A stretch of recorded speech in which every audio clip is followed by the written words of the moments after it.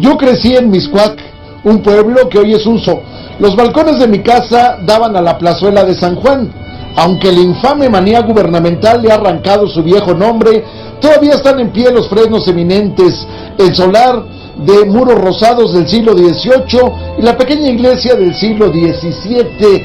Ese texto lo escribió el poeta Octavio Paz en un documento que se llama Pasos de una iniciación.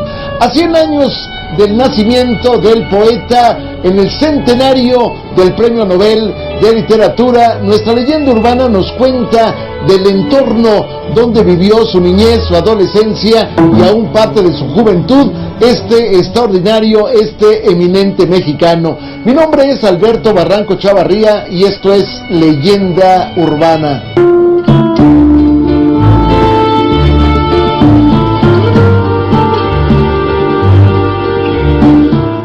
María del Jesús Real García Figueroa, investigadora y cronista de la delegación Benito Juárez, que bueno, está con nosotros acompañándonos. Bienvenida a Leyenda Urbana, María del Jesús. Estamos aquí en Mixcoac, empecemos por ahí. Y en Mixcoac pues fue el lugar donde vio los primeros años de el más grande, digamos, escritor, poeta que salió de México, Octavio Paz. Cuéntanos esos primeros añitos.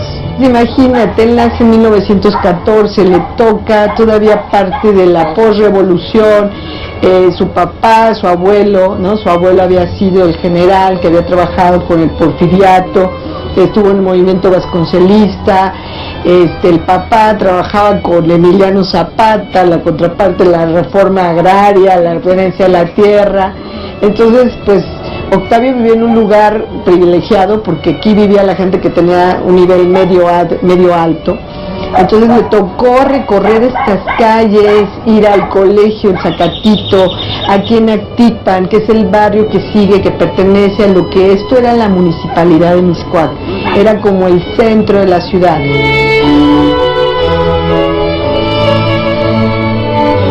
En uno de sus textos autobiográficos, Octavio Paz recuerda lo siguiente: apenas tenía yo unos meses de edad cuando los azares de la revolución me obligaron a dejar la Ciudad de México. Mi padre se unió en el sur al movimiento zapatista, mientras mi madre se refugió conmigo en Mixcoac, en la vieja casa de mi abuelo Irineo Paz, el patriarca de la familia. Octavio Paz Lozano, hijo de Josefina Lozano y de Octavio Paz Solórzano, nació el 31 de marzo de 1914 en una casa de la colonia Juárez, una pequeña casa de ladrillo que actualmente no tiene una placa que le identifique.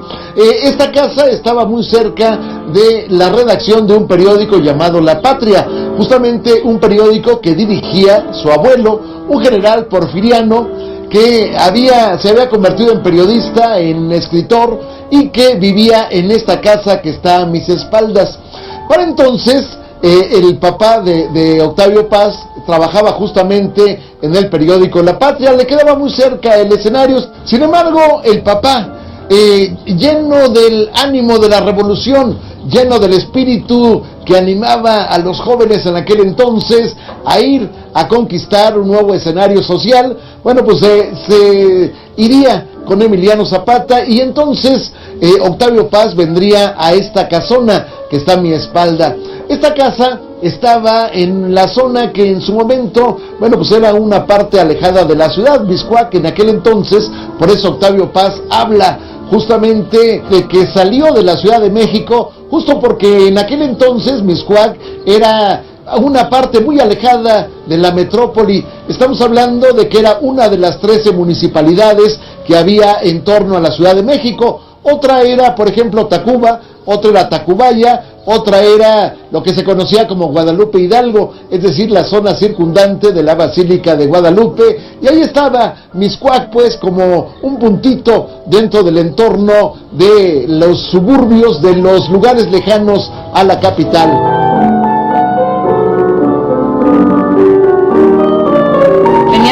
Así, se la pasaba con un grupo de niños, de amigos. Fíjate, muy solitario. No, cuentan que aquí en el centro casi de Mixcoac, sobre Revolución, había un colegio que todavía perdura, es un edificio muy pesado, sobrio, porfiriano, era una escuela para varones. Y a él le gustaba mucho el básquetbol y entabló amistad con esos chicos, a pesar de que él venía aquí al Zacatito, a la escuela, que era otro nivel, y estuvo 4 años en el Zacatito y de ahí se va al Colegio Williams, que también era otro nivel. Claro. A él le gustaba mucho convivir con estos chicos por el básquetbol. Mira, qué curioso. Entonces Sí, era pasaba, deportista. exactamente, él era deportista y también le llamaba mucho la atención que los chicos del pueblo iban, cuando el río estaba en su cauce, iban a nadar y a jugar. Y también él iba de vez en cuando a verlos, sí, claro. Le gustaba Le también. gustaba la convivencia, ¿no?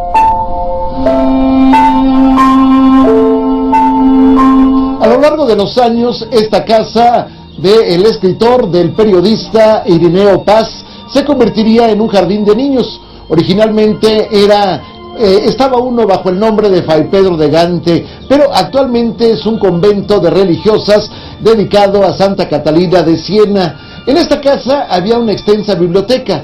Aquí abrevaba gran parte de su extensa cultura el poeta Octavio Paz. Aquí también llegó a tener algunas charlas con su padre esporádicas. El padre venía muy poco a esta casa, en donde hablaban de historia de México, pero en alguna ocasión también el padre llegaba con la presencia de algunos ideólogos zapatistas, por ejemplo, Antonio Díaz Soto y Gama. Antonio Díaz Soto y Gama tomó una, vamos a decir, especial estimación por el niño y le enseñaba algunos fragmentos de la historia de México. Se diría pues que aquí abrevó Octavio Paz gran parte del acervo que lo llevaría a hacer libros maravillosos, en donde está presente naturalmente la historia de México. Pero también otra de las personas que influiría en la vida de Octavio Paz fue el arqueólogo Manuel Gamio. Manuel Gamio le enseñó a Octavio Paz los fragmentos, los segmentos de las raíces de nuestra idiosincrasia. Voy por tu talle como por un río, voy por tu cuerpo como por un bosque, como por un sendero en la montaña que en un abismo brusco se termina. Voy por tus pensamientos afilados y a la salida de tu blanca frente mi sombra despeñada se destroza. Recojo mis fragmentos uno a uno y prosigo sin cuerpo. Busco a tientas. Seguramente desde muy pequeño Octavio Paz conoció de la leyenda que hay en torno a la casa vecina, la casa que habitara en alguna ocasión don Valentín Gómez Farías. Valentín Gómez Farías fue 2 veces presidente de México, presidente interino, y 2 veces también estuvo exiliado en Nueva Orleans. Un hombre conocido por sus tendencias anticlericales, un hombre que de pronto, ocupando la presidencia de la República, le mandó una carta al Papa diciéndole que quería que se amenguaran, es decir, que en alguna forma se redujeran las festividades de carácter religioso. Él alguna vez expidió un decreto en donde pues decía que por obligación los señores legisladores tenían que trabajar en la Semana Santa. Él había enviado también una carta al Papa pidiéndole que se suprimieran los diezmos y primicias a que estaba obligada la Grey Católica. Él alguna vez también, pidió que se acabaran los fueros y todas las exenciones que tenían los integrantes de los sacerdotes, de los obispos, en fin, de la jerarquía católica. Resulta que cuando muere Valentín Gómez Farías, lo velan en esta casa. Aquí llegaron multitud de carruajes, en fin, había mucha gente, pero jamás hubo una oración. Y entonces la familia de él decidió que lo inhumaran en la iglesia de enfrente, es decir, en la iglesia de San Juan Evangelista. En este caso, ahí se levantó la protesta de la gente. Decían que como un hombre que había combatido a la iglesia católica estaba reposando en una iglesia, y entonces a los 15 años de su muerte había regresado a este lugar donde se encuentra sepultado Valentín Gómez Farías.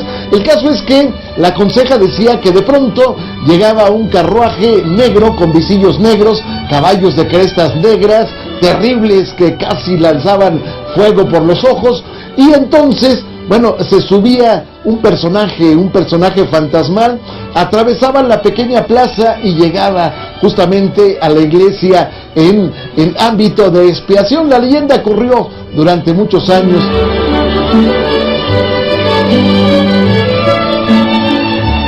Ahora, él en sus primeros años también vivió experiencias con su abuelo, lo crió su mamá y su tía. Su tía, paterna. exactamente. Cuéntame un poquito acerca de, seguramente fue un crecimiento un poco extraño, no tener a su papá. Pues es que el papá por los periodos se iba a arreglar estos asuntos del agrarismo, ¿no? Con don Emiliano, entonces se ausentaba mucho. Siempre estuvo más el cuidado de la mamá y la tía. Y en los primeros años el abuelo, ¿no? Porque el abuelo después muere en 1924 y pues ya fue muy temprano. También le debe haber tocado el proceso cuando León Toral y Conchita, la madre Conchita, están aquí presos, porque después de ser el Palacio Municipal se vuelve un cuartel. Le dispara a Álvaro Obregón y en la bombilla, y aquí son donde los vienen a apresar. Nosotros nos vamos a un corte comercial, quédese aquí en Leyenda Urbana, seguimos hablando de estos momentos tan bonitos de la niñez de Octavio Paz.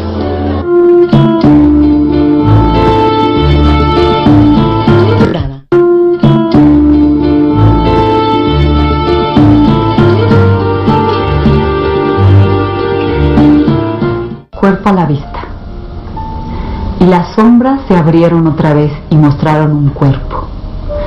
Tu pelo, otoño espeso, caída de agua solar.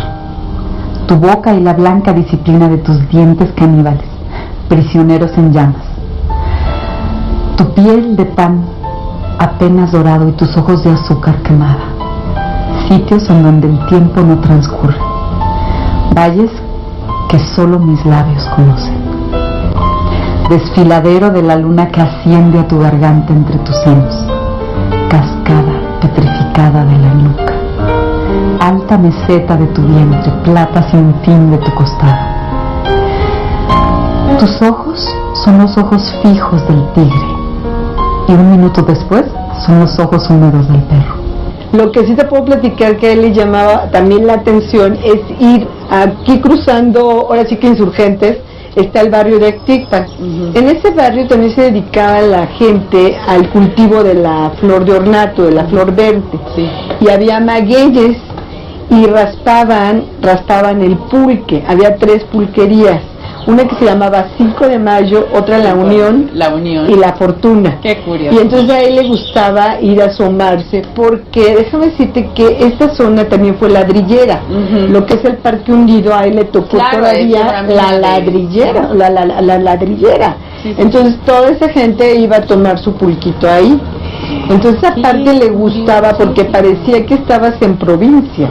Propiamente era un pueblote, ¿no? Que también había el tranvía eléctrico y que cruzaba el río, y él le gustaba ir al río a sentarse a ver ese tranvía ya tan moderno que venía desde San Ángel, pasaba por Mixcoac y llegaba al centro de la ciudad.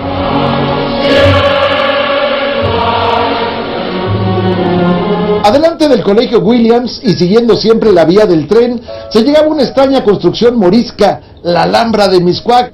Parecía transportada por uno de los genios de los cuentos árabes. Aquella fantasía sarracena tenía un jardín frondoso y accidentado en que corría, entre túneles, montañas, lagos y precipicios, un ferrocarril eléctrico que nos maravillaba. A la casa a la que se refiere el poeta Octavio Paz está todavía en lo que hoy es la Avenida Revolución, que entonces se llamaba Mixcoac. Estamos hablando efectivamente de una casa de estilo morisco que pertenecía a la familia Serralde. En esa casa del ferrocarril que habla el poeta, bueno, pues era realmente un espacio singular para los niños. Imagínese usted un trenecito eléctrico no tan pequeño como el que se podría imaginar, un poco más grande, 3 veces lo que conocemos como un trenecito eléctrico normal, que tenía toda la posibilidad de hacer la ruta México-Veracruz. Ahí estaban simuladas las cumbres de Maltrata, ahí estaban las montañas, los túneles, las señalizaciones, ahí estaban las luces, ahí estaba pues el encanto de los niños que tenían el privilegio de entrar a esa casa. Pero quiero decirle que esta casa sería el asiento del primer cine que llegó a Mixcoac. Finalmente, aprovechando un aparato que había traído de París la familia Serralde, bueno, ofrecía funciones en 5 centavos. Los niños llegaban y por 5 centavos podrían ver 3 películas de Charles Chaplin amenizadas por una orquesta de peluqueros, que entonces, bueno, la tradición obligaba a que el peluquero en sus ratos de ocio aprendiera algún instrumento. Se reunían todos ellos, se hacían una orquesta. Sin embargo, en 1922 esta casa, este escenario se quemó, aunque ha sido reconstruido a lo largo de los años. Pero en ese momento surgiría otro cine, el segundo de Mixcoac, el cine Jardín. Espiral de los ecos, el poema es aire que se esculpe y se disipa, fugaz alegoría de los nombres verdaderos. Cuando Octavio Paz llegó a Mixcoac, bueno, pues todavía existía un panorama que dicen semejaba a una postal europea. Ahí estaban los cascos de las haciendas, por ejemplo la hacienda de la Castañeda, que se convertiría justamente en el manicomio. Pero bueno, ahí estaba el rey del pulque, Ignacio Torres Adalid, bueno, invitando a la gente a que entrara al lugar, a subirse a un caballo, a bailar en las tardes por un módico precio. Ahí estaba también en su momento, bueno, pues vestigios de algunas otras haciendas. Ahí estaban los ranchos que durante mucho tiempo eran el signo distintivo de Mixcoac, pero básicamente la zona de Mixcoac era de ladrilleras. Una de ellas estaba en lo que actualmente se conoce como el Parque Urbina o Parque Hundido. Otra de ellas está en donde se ubica una tienda departamental, en la esquina de Félix Cuevas e Insurgentes, y otra está en lo que hoy es, o lo que alguna vez fue la Ciudad Deportiva, donde está la Plaza México y el Estadio Cruz Azul. El resto eran llanos. Dame, llama envídame, llama invisible, espada fría, tu persistente cólera para acabar con todo, oh mundo seco, oh mundo desangrado para acabar con todo. Arde sombrío, arde sin llamas, apagado y ardiente, ceniza y piedra viva, desierto sin orillas. Arde en el vasto cielo laja y nube, bajo la ciega luz que se desploma entre estériles peñas. Arde en la soledad que nos deshace, tierra de piedra ardiente, de raíces heladas y sedientas. Arde furor oculto, ceniza que enloquece, arde invisible, arde.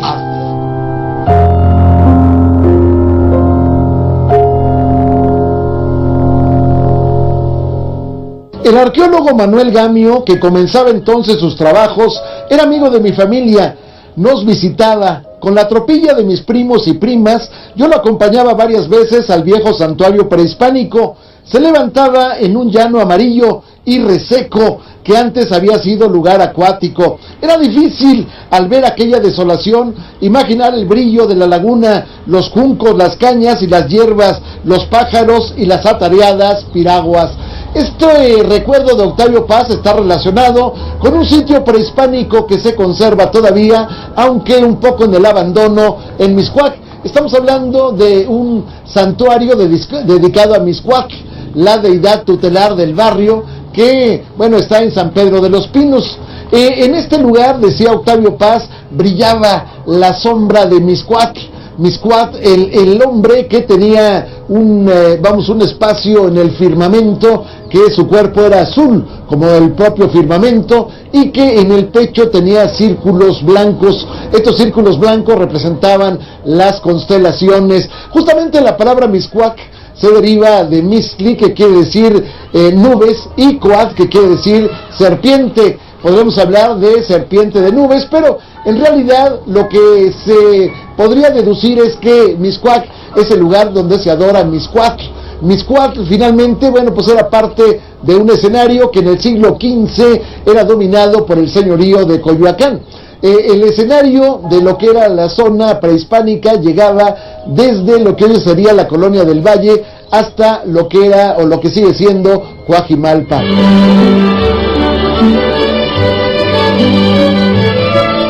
Los lugares de él favoritos para la lectura, para el esparcimiento. Cuentan que salía ahí al jardín, justo Valentín Gómez Farías, que tiene una fuente todavía deliciosa. Parecía que estabas en la época colonial. Lo que pasa es que ahora hubo un cambio, modernizaron la plaza, pero en sí era una zona totalmente colonial, parece que estás metida en otro sitio. En otra era, sí. Y a él le gustaba mucho salir a leer ahí. Ahí se ubicaba En los jardines, obviamente recorrió este parque también, esta plazuela de Jáuregui, ¿no? Y la caminó. Imagínate, todavía estamos hablando que en el 22 empiezan a pavimentar ya Insurgentes. O sea, claro, le tocó todavía la terracería, el poder ver esta parte de las ladrilleras, lo que había en Actipan, que eran donde cultivaban flor, pero adentro de ornato, todavía ver ornatos ahí. Entonces, haber sido un paisaje increíble. ¿Cuántos años tenía cuando él sale? Pues ya es cuando va a prepa, va a la universidad, ya va hasta CEU, ¿no? Ya recorre. Pero la ya no parte, vive aquí. No, ya no, él se muda y posteriormente cuando estuvo casado con Elena Garro, que sale, se va a París, ¿no? Regresa, se comenta que tuvo un departamento acá enfrente del Parque Hundido. Yo creo que alguna reminiscencia tenía, ¿no? Para regresar a claro, donde él vivió. Al gustito.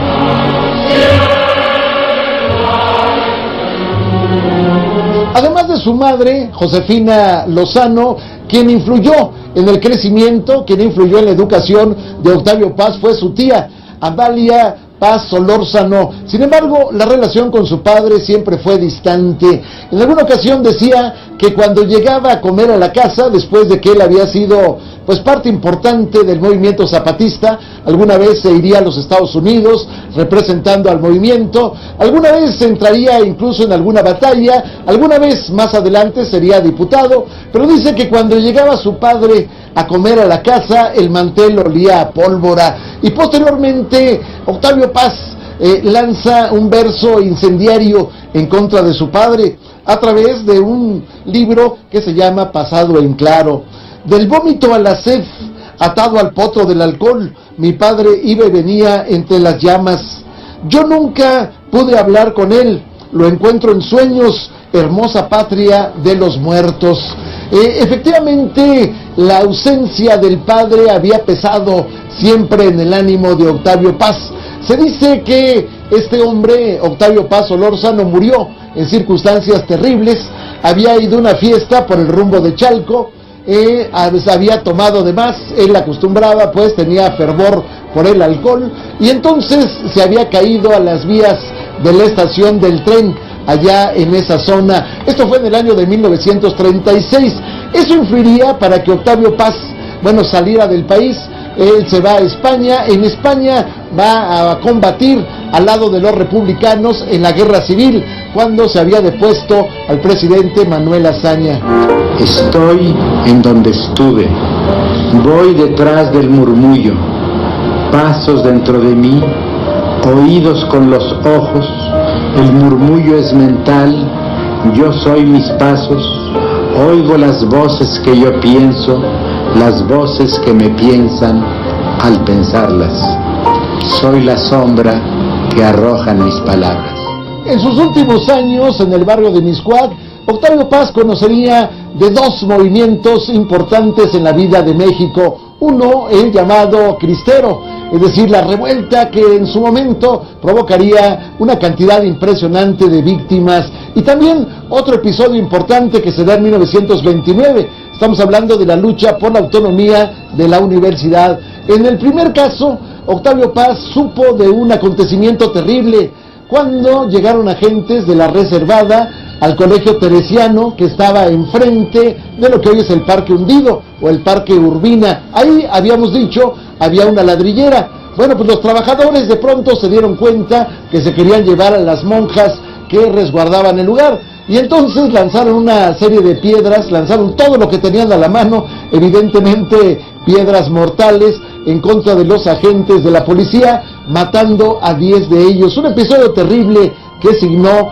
la vida de Mixcoac. Por otro lado también, estamos hablando de que durante la lucha por la autonomía de la universidad, Octavio Paz participó en una huelga. En esta huelga, finalmente la autoridad le cortaría en alguna forma las ansias al poeta, porque, lo expulsó de todas las escuelas, no solamente en la que acudía, sino de todas las escuelas que tuvieran vínculos con la universidad, a pesar de que finalmente sí se lograría la autonomía de lo que entonces era la Universidad Nacional de México. En su obra, ¿qué podríamos indicar?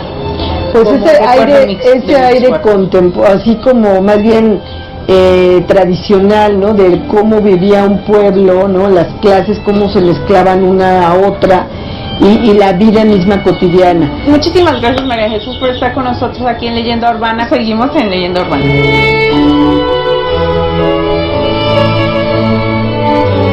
En la época de Octavio Paz en Mixcoac, bueno, pues se tomaba un tranvía que iba de México a Tizapán, o de regreso naturalmente, se tomaba un tranvía en lo que era la calle de la Campana, que sigue siendo como tal. Ahí cerca, donde Octavio Paz tomaba seguramente el tranvía que se llamaba Obregón del Valle, el tranvía Mixcoac La Merced, bueno, ahí cerquita estaba el palacio, lo que era el Palacio Municipal de Mixcoac, que en 1916 sería remodelado y que actualmente es la Casa de la Cultura Juan Rulfo. Ahí hay un mural que no refleja pues justamente aquello por lo que Octavio Paz había estudiado durante tantos años, la amalgama de las culturas, el encuentro de la cultura prehispánica con la cultura europea, representada por los españoles. Octavio Paz, su periplo en Mixcoac. Gracias por haber estado con nosotros en esta Leyenda Urbana. Lo espero el próximo sábado aquí, naturalmente en Canal 40, Proyecto 40. Mi nombre es Alberto Barranco Chavarría y le deseo la mejor de las noches. Gracias por acompañarnos una vez más aquí en Leyenda Urbana y sobre todo en este programa tan bonito, recorriendo la infancia de Octavio Paz. No olvides escribirnos a leyendaUrbana@proyecto40.com.mx o entrar a nuestra página web www.proyecto40.com. También de escribirnos a Facebook, nos encantan todos sus mensajes y se los agradecemos. Y también pues mi dirección de Twitter, que es @sinfrancesconi. Nos vemos la próxima semana en Leyenda Urbana.